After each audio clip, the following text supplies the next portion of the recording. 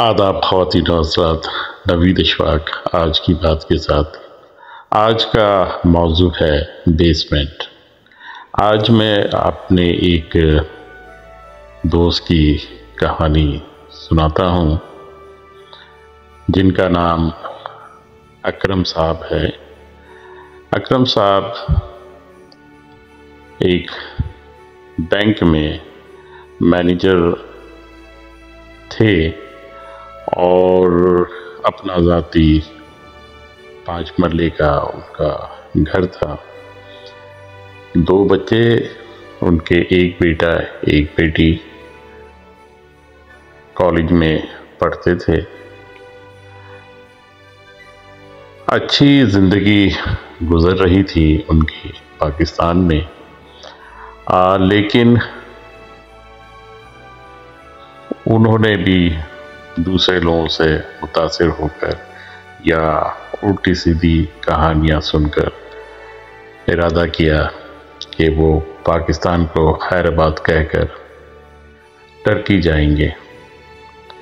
بہرحال انہوں نے اپنی جاب چھوڑی جو کہ کافی پرانی تھی، اس کے ساتھ ساتھ اپنا 5 مرلے کا گھر بھی سیل کیا اور ٹرکی چلے گئے۔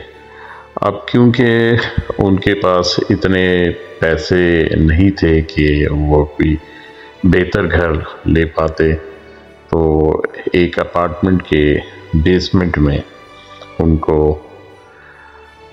2 بیڈ اور لاؤنج کا ایک گھر ان کو خریدنا پڑا، کیونکہ ٹرکی میں آپ گھر خریدیں گے جب بھی آپ کی TRC یا PRC بنے گی اور پھر وہاں آپ مستقل طور پہ رہ سکیں گے۔ وہ ایک خوشباش، ہمیشہ خوش رہنے والے انسان تھے، لیکن جب وہ بیسمنٹ میں انہوں نے رہنا شروع کیا تو بیسمنٹ میں کیونکہ ہوا کا آمد و رفت، روشنی اور کچھ بیسمنٹ میں سیلنگ کی ایک عجیب سی اسمیل ہوتی ہے جو کہ انسانی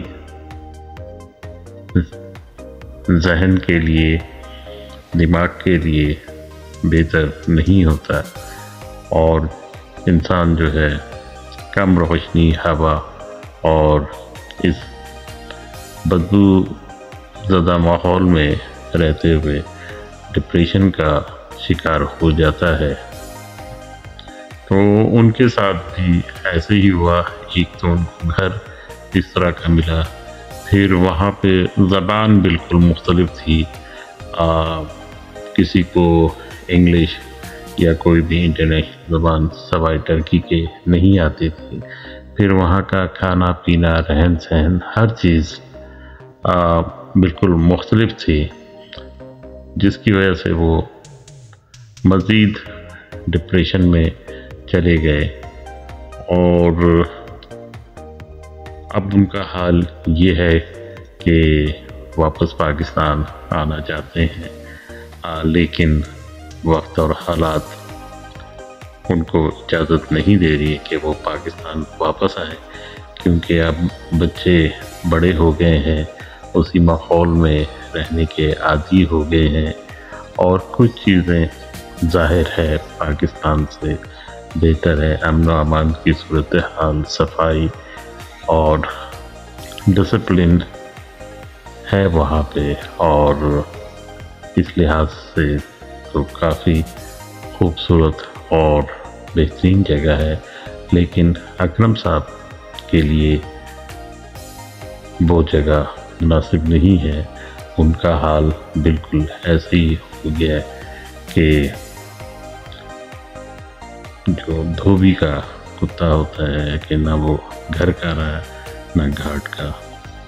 تو اس کہانی سے ہمیں یہ سبق ملتا ہے کہ ہم جہاں ہیں، جیسے ہیں، لیکن اگر ہم اپنے گھر میں ہیں، اپنے شہر میں، اپنے ملک میں ہیں، تو کسی پردیس میں جانے سے کہیں بہتر ہے یہیں پہ تھوڑی سی اور محنت کریں، اور مستقل مزاجی سے اگر کوئی بھی کاروبار یا نوکری کرتے ہیں اور بہت زیادہ شو آف نہ کریں، ایک سادہ زندگی گزاریں، تو ایک پرسکون زندگی ہم اپنے ملک میں بھی گزار سکتے ہیں۔